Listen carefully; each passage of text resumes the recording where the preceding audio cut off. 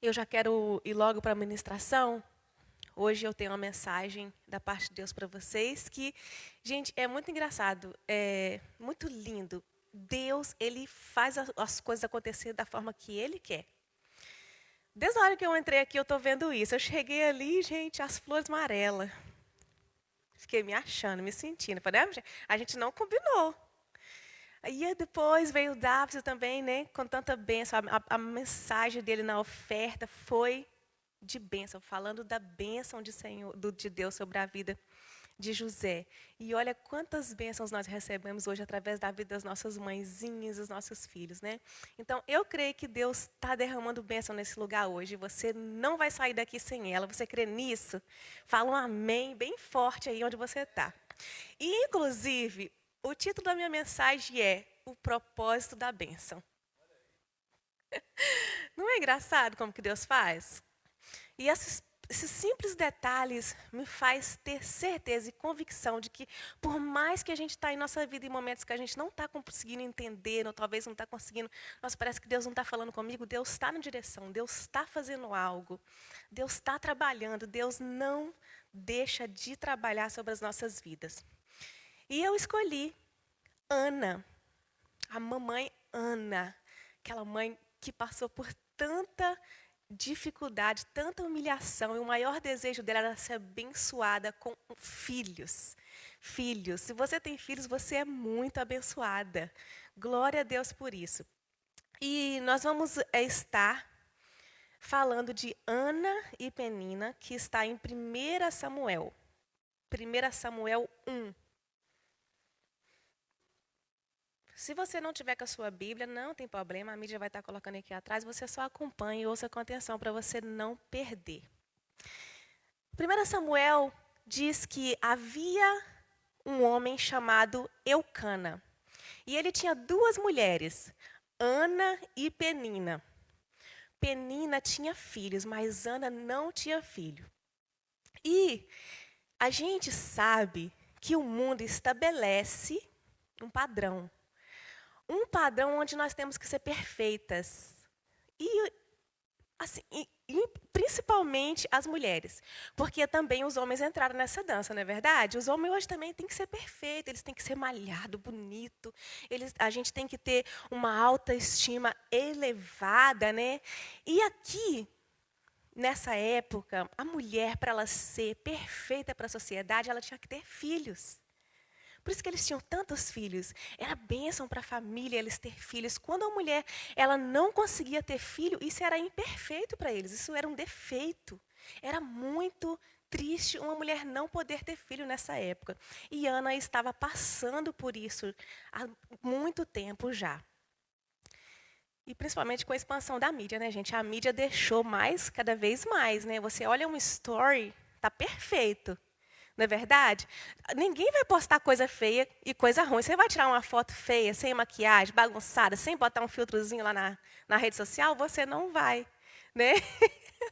Você não vai. Então, isso dificultou mais essa perfeição, né, para a sociedade. E duas coisas que eu quero que vocês observem comigo aqui, que era destacado nessa história.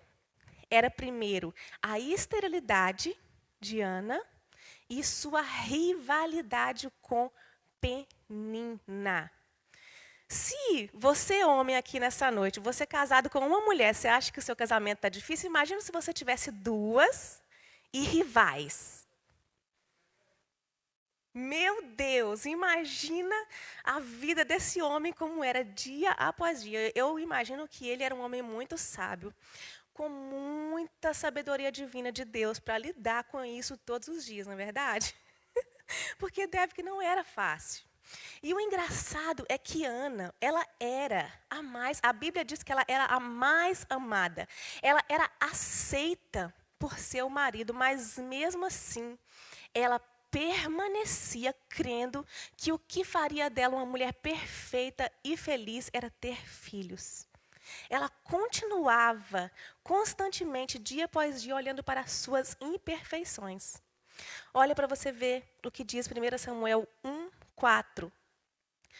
No dia em que Eucana oferecia sacrifícios, dava porções à sua mulher Penina e a todos os filhos e filhas dela. Mas a Ana dava uma porção dupla, porque a amava. Apesar de o Senhor tê-la deixado estéril. Gente, você acha que eu, tendo um marido que me amasse mais do que a outra, eu ia me abaixar, me humilhar? Fala sério, você ia? Eu acho que eu não ia, não, gente. Eu sou um pouquinho sincera demais, às vezes. Eu não ia falar, ia, querida, ele ama sou eu. Ele ama eu. Você pode ter quantos filhos você quiser, mas a preferida, queridinha, sou eu. Gente, eu sou rebelde. Jesus, vai trabalhando aqui logo nessa mensagem, né? Porque Deus é assim. Ele te coloca em um lugar, você se sente incapacitada, mas Ele começa a trabalhar em você para você poder estar abençoando a vida de outras pessoas também. E o primeiro ponto que eu quero que você observe comigo aqui, aprenda, guarde no seu coração. Não deixe de aproveitar as coisas que você tem por causa das coisas que você não tem. Ou talvez ainda não conseguiu alcançar, ou talvez você acha que você nunca vai ter, né? Porque Ana vivia aqui uma vida de frustração, murmuração. Mas ela tinha todo o amor do marido dela. Você não acha que ela poderia ter aproveitado mais o tempo com o marido dela ali, sendo a preferida? Não é verdade? Mas, na verdade, a gente olha assim. Ah, eu não tenho uma casa própria. Mas Deus tem nos dado condições de pagar o nosso aluguel. Glória a Deus! A gente não tem a casa própria, mas a gente tem onde morar. Deus tem dado saúde para a gente trabalhar todo dia. A gente não tem um carro novo, eu não tenho no meu caso. Talvez você tenha, glória a Deus pela sua vida, fico feliz pela sua bênção. Mas o meu carro velhinho leva onde eu preciso. Glória a Deus pelo meu carro.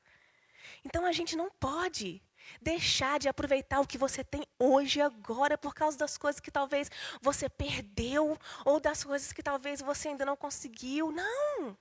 Não, tem muita coisa boa que Deus está te dando. Talvez o que está acontecendo é isso. Você está olhando para aquilo que você quer, para aquilo que você acha impossível, ou para aquilo que você não conseguiu e não vai ter mais oportunidade. E você está perdendo as coisas boas que estão à sua volta. Talvez você não está aproveitando tanto a sua esposa, o seu esposo, os seus filhos. Como Ana não tinha filhos. E o engraçado, gente, é que eu fui fazer minha sobrancelha e a Carla estava me contando que ela tinha perdido um filho. O primeiro filho ela perdeu. E aí ela ficou muito amargurada, ela estava na porta da casa dela, assim, frustrada, e ela, Deus, eu não quero entrar em depressão por causa disso. Aí ela que de repente passou uma mulher. E a mulher falou assim: você quer uma criança para você? Gente, eu não pedi ela para contar. Agora já comecei, eu vou terminar. Depois eu ligo para ela, pergunto se eu posso. Aí diz ela que falou assim: nossa, mas eu aqui chorando porque eu acabei de perder meu filho e você querendo dar o seu filho? Ela estava grávida, a mulher. E ela não queria o filho. Então ela estava nas ruas procurando alguém que quisesse o filho. E diz ela que isso, de alguma forma, ministrou no coração dela e ela, nessa noite, nesse dia, ela ergueu a cabeça e ela falou bem assim: pela misericórdia de Deus, eu não entrei em depressão. Mas eu criei que Deus me daria filho.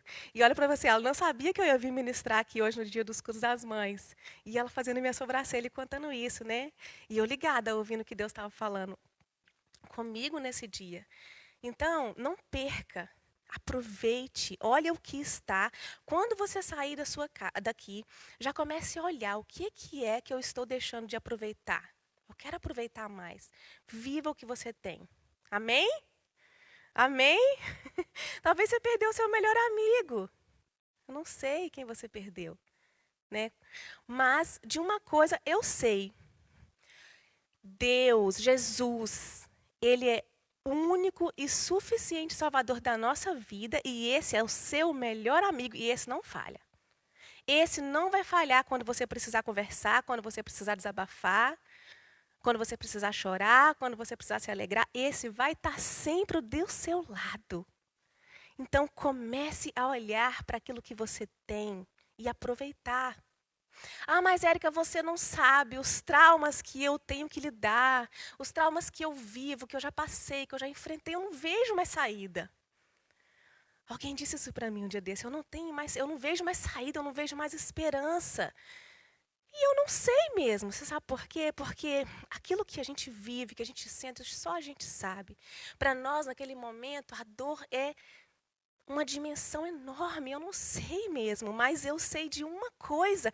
Deus me mandou, eu vim aqui hoje nesse púlpito falar para você que há esperança. Enquanto a vida, há esperança, e a esperança que tem para oferecer para você aqui hoje, ela é eterna. Ela não depende das suas condições, daquilo que você... É muito maior, não depende do que você conquistou, deixou de conquistar, porque os sonhos de Deus, ele é eterno. Deus pensa nas coisas do reino. E a gente, com a nossa fraqueza, pensa tão pouquinho nas coisas só desse mundo. Mas Deus vai nos dar graça, porque a gente está aqui para aprender e para crescer com Ele diariamente. Aleluias! Eu creio no poder de Deus sobre a sua vida, sobre a minha vida. E eu sei que Ele está ministrando no seu coração. Olha o que diz. 1 Samuel 6 e 8. E porque o Senhor tinha deixado estéril, sua rival provocava continuamente. Olha a história de Ana. Olha para a vida dessa mulher. Imagine você viver, acordar, almoçar, jantar, ir para a igreja. Todo lá que você vai, você tem uma pessoa do seu lado te provocando continuamente. Gente, que sofrimento, a fim de irritá-la. Isso acontecia anos após anos. Sempre que Ana subia à casa do Senhor, sua rival a provocava. Ela chorava e não comia. Eucana, seu marido, lhe perguntava: Ana, por que você está chorando? Por que não come? Porque está triste. Será que eu não sou melhor para você do que 10 filhos? E eu quero abrir um parênteses aqui, algo que Deus trouxe no meu coração, que eu quero explicar bem para que você entenda. Nossos filhos são importantes, sim. Nós temos que cuidar deles, sim. Mas primeiro é o nosso marido ou a nossa esposa. Você sabe por quê? Os nossos filhos, eles vão crescer. Não estou falando de que temos que deixar nossos filhos a Deus dará, não. Não é isso. É a sequência. Por quê? Seus filhos vão crescer, vão casar, vão trabalhar, vai ter a vida deles. Quem vai estar com você? Quem vai estar comigo é esse lindão ali, ó. Então, eu preciso cuidar dele. Eu preciso cuidar dele, eu não posso perder tempo de cuidar do nosso relacionamento, porque mas o Davi, a gente sempre fala, eu não casei para separar. Ele fala, eu também não. Assim, então, meu filho, vamos dar um jeito disso aqui ficar bom todo dia. Porque eu fui criada num lar com os meus pais separados. E ele também. E eu sempre falo que foi uma conexão de Deus, porque os dois, a gente está decidido que a gente não quer isso para as nossas vidas e a gente não quer isso para os nossos filhos. Então, o amor não é uma mágica, como na Disney. Mentira. O amor é uma decisão. Você tem que cuidar, você tem que construir diariamente. Amém? Isso não estava aqui, gente. Eu fico muito feliz quando Deus me pede para falar algo assim. Tá bom? E eu quero entrar aqui no meu segundo ponto. Deus, ele tem nos dado amor. E nós não usufruímos desse amor, porque só olhamos para as nossas fraquezas e para as nossas impossibilidades. E isso aqui que é o que Deus vê lá do céu, lá do reino, ele mandou o único... Imagina você, Deus pegou o único filho dele que ele tinha e mandou para morrer por mim e por você, por amor. Por amor. E às vezes a gente ainda tem dúvida, coloca dúvida no amor de Deus, sabe por quê? Porque ele muitas das vezes não faz aquilo que a gente quer. Porque ele muitas vezes não massageia o nosso ego, porque no momento a gente não entende, mas na verdade, ele não te deu aquilo porque ele tem algo melhor. Basta a gente ter isso no coração, na mente, esse equilíbrio, esse foco, essa convicção de que nós somos em Cristo Jesus e que ele tem o melhor para nós e o que o melhor para nós já foi vencido. Não é algo, gente, que ainda vai fazer. Nossa, meu Deus, me abençoe. Não, ele já fez. Ele já fez.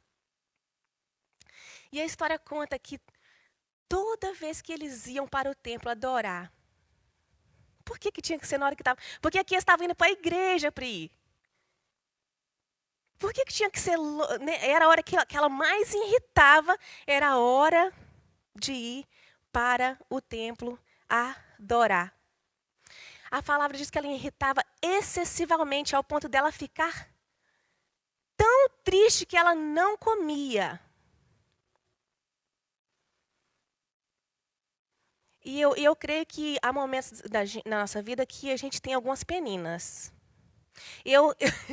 Até o meu sofá, eu acho que tem hora que é uma penina, porque até o meu sofá tem hora que é usado por Satanás para mim não vir para a igreja, porque, meu Deus do céu, que vontade de ficar aqui. Que sofá gostoso, cobertinho, filme passando na televisão. Ah, sai para lá, penina, né? Nada vai me impedir hoje, eu venho rompendo, e é assim que você tem que ser, ok? Porque você já sabe que você tem que vir, se você sabe sabe que você tem um compromisso. Alguém te liga, posso ir na sua casa?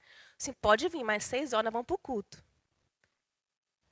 Ah, mas hoje estou na dor de cabeça. Você sabe que tem problema com dor de cabeça? Quando for meio-dia, você já começa a tomar Tilenol PM. Estratégia! A gente que quer crescer espiritualmente, acredita e quer viver o melhor de Deus, a gente tem que ter estratégia, gente. Já começa a tomar Tilenol PM meio-dia, tá bom? Amém? E 3 coisas que não deve tomar espaço no nosso coração, que a gente aprende e observa nessa história de Ana e Penina. Gente, essa é muito importante. Primeiro, ciúmes, rivalidade e competição. Alguns acreditam que isso acontece mais entre as mulheres. E eu também, particularmente, eu acho.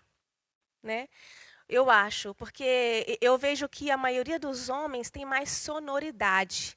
Os homens têm mais facilidade de desenvolver uma irmandade, de empatia. E eu vejo que os homens protegem um ao outro, né? Eu vejo isso. Não, né, generalizando todos, não. Porque tem uns também que é igual a gente mesmo, né? Ciumento, gosta de uma rivalidade, gosta de competir. Mas, gente, a gente precisa parar com isso. Nós não somos inimigos um do outro. Eu e a Michelle, nós não somos inimigas uma das outras. Nós somos irmãos. Nós vamos morar no céu. Nós vamos morar no céu junto. Não tem para onde ir, né? Não tem aquela música, para onde iremos nós? Não tem outro lugar, gente. Nós vamos para o céu, então nós não somos rivais. Nós somos irmãos. Se você lá na sua casa vestiu essa roupa querendo vir para a igreja, chegar aqui, eu quero ser a mais bonita do culto, pois pode tirar, deitar e dormir.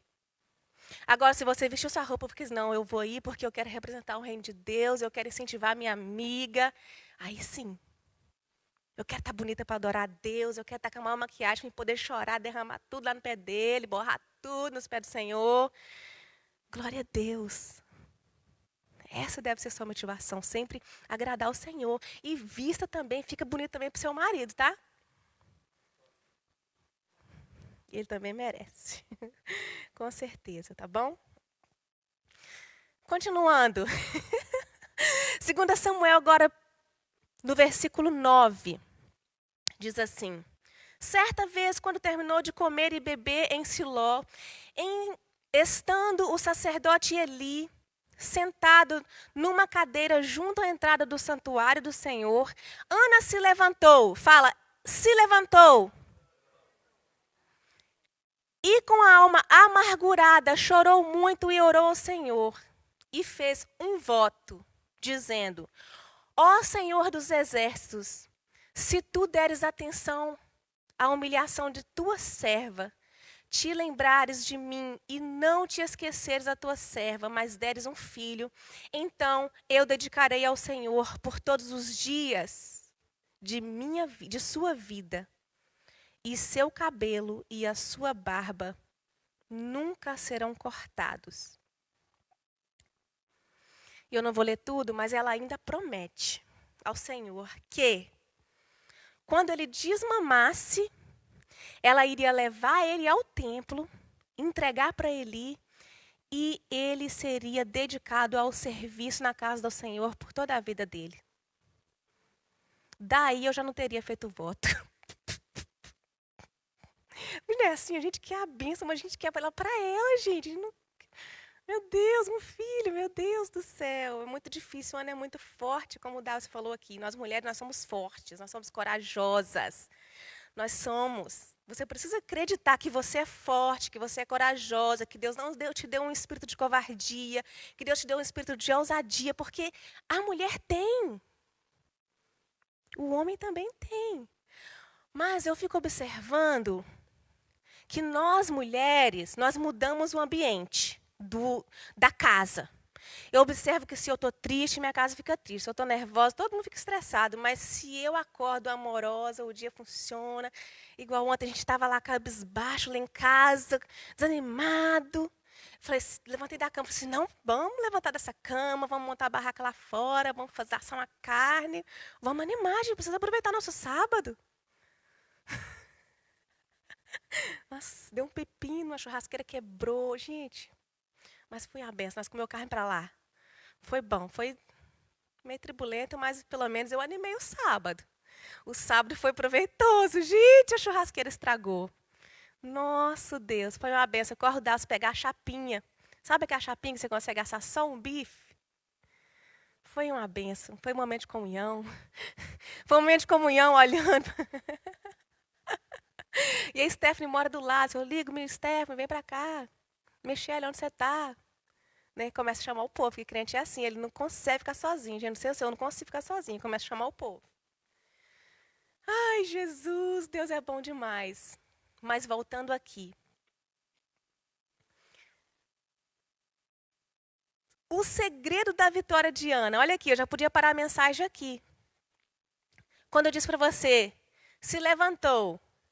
Primeira coisa que Ana fez, ela se posicionou aqui. Depois ela orou.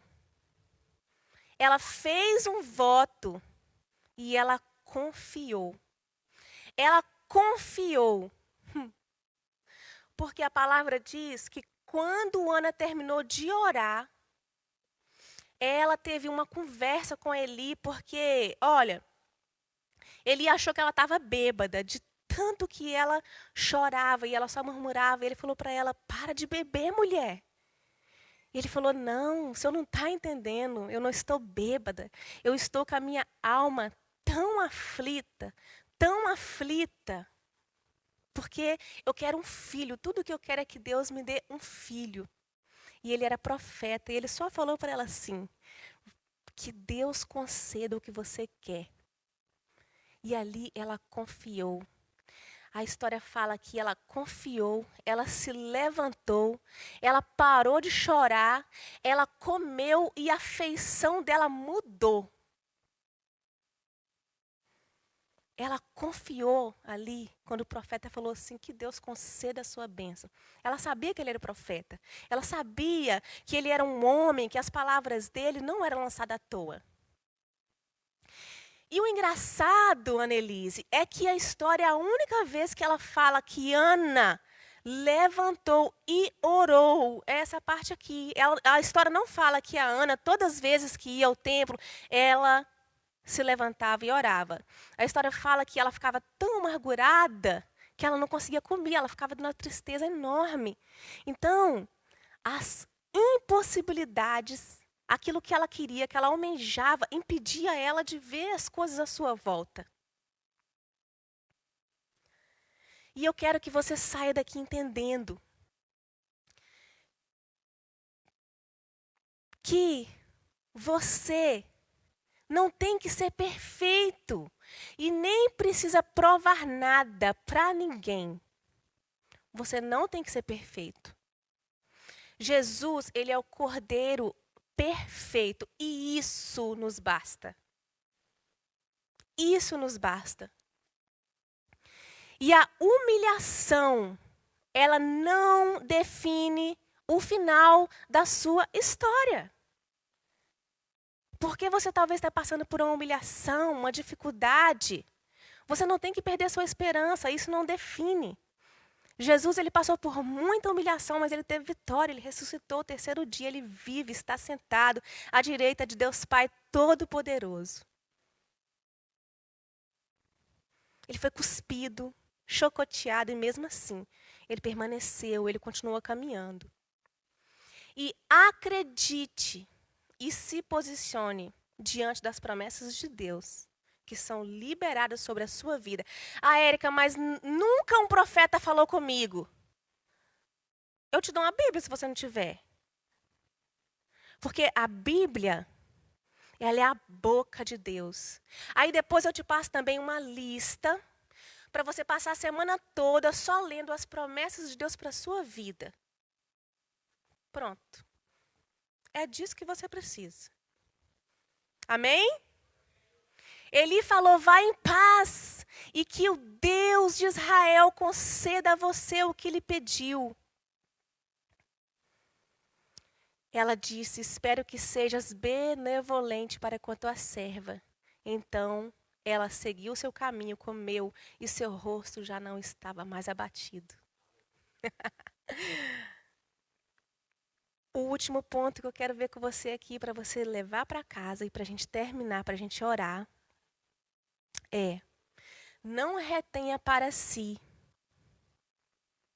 Não retenha para si o que só Deus pode te dar. Deus, ele tem um propósito maior do que você e eu imaginamos, com todas as bênçãos que ele te dá.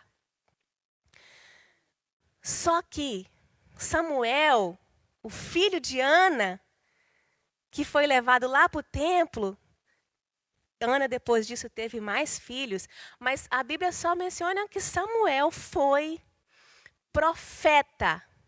Ele foi o último juiz de Israel e ele liderou Israel como sacerdote, como chefe militar e político. E ainda é, até hoje, um exemplo de fidelidade e obediência a Deus para nós. Não valeu a pena Ana ter a bênção e devolver para Deus? Não valeu a pena? Porque a hora que eu vejo, assim, gente, eu já não teria feito voto, nem teria feito voto, porque eu queria o filho para mim. Mas Ana não, ela entendeu tanto. A partir do momento que ela ficou grávida ali, algo impossível, ela entendeu tanto que Deus poderia fazer além, que ela foi lá e entregou o filho, porque a palavra fala que ela só desmamou ele e entregou. Então, o que ele tinha? Talvez 1 ano? Não sei, naquela época, quantos anos eles mamavam. Minha mãe fala que se tivesse deixado, eu tinha mamado até adolescente. Que eu não queria largar o peito, que eu mamei até com 3 anos de idade. A Bíblia não menciona a idade. Se menciona, amor, você me corrige, tá? Porque essa parte eu perdi. Mas é isso que eu quero que você leve para você nessa noite. Deus tem bênçãos para você. Mas a cada bênção, um propósito que glorifica você. Não. Deus tem bênçãos para mim e para você, mas a cada bênção, um propósito que glorifica o nome dele. Aleluias! E é com essa palavra que eu quero que você saia daqui hoje. E é com essa palavra, se você guardar tudo, de tudo que eu falei, você guarde isso aqui. Deus tem bênçãos para você, mas para cada bênção, um propósito. Então, você tem um filho, é um propósito. Tem 2 filhos, 2 propósitos. Você tem um marido, você tem um propósito. Se você tem uma casa boa, é propósito. Um carro bom é propósito. Mas se ele é velho, também é propósito. Se a casa é alugada, também é propósito. Tudo. que Deus te dá na face da terra é com um propósito de glorificar o nome dele. E o Davison sempre fala, e eu acho muito válido. Deus não dá nada para você guardar. Deus dá para você abençoar, para você transbordar. Então a gente não pode ter um coração egoísta. Se Deus te deu algo, eu sempre menciono, né, que Deus sempre tira a gente dos lugares. Deus nos colocou nos adolescentes, aí de repente a gente foi para os jovens, a gente ficava meio sem entender, mas a gente liberava. E a gente sempre via que Deus abençoava mais. A gente está nos jovens, Deus trouxe a gente aqui para Delaware, Deus, mas como assim? Aqui está tudo estruturado, está tão bom. Pastor Clides aqui liderando a gente, nos enchendo de tanta sabedoria que o homem, nosso pastor é muito sábio. Mas não, Deus tem mais. Então a gente deixou lá. Era bênção, mas Deus tem mais. E se você não aprender a liberar quando Deus te pedir, você perde, você fica só com aquela ali, né? Você fica só com aquela ali, você vai perdendo a oportunidade de receber mais. Porque imagina você, o quanto que Samuel se tornou um orgulho para Ana. Se tornou um orgulho, gente. Imagina você ver o seu filho liderando uma nação. Profeta, sacerdote, militar, político. Meu Deus, quem não quer?